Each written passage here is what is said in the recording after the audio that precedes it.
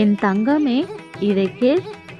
பாரு, என நம்பி நீ எடுத்த முடிவில் சிக்கல்கள் வந்துள்ளது என்று கூறுகிறாய், அப்படிதானே? அடுத்த 2 நாட்களில் அந்த சிக்கல்கள் குறைவதை நிச்சயம் நீ கண்கொண்டு காண்பாய். அடுத்த வாரம் அவை உனக்கு நன்மையாக மாறுவதை காண்பாய். பிள்ளைகள் பற்றி கவலை வேண்டாம், அவங்க சந்தோஷமாக இருப்பாங்க. நீங்க செய்த தர்மத்தின் பலன் நிச்சயம் உங்களுக்கு நல்லதையே செய்யும். மற்றவர்கள் வழிகளை கண்டு கவலை வேணாம் என் தங்கமே.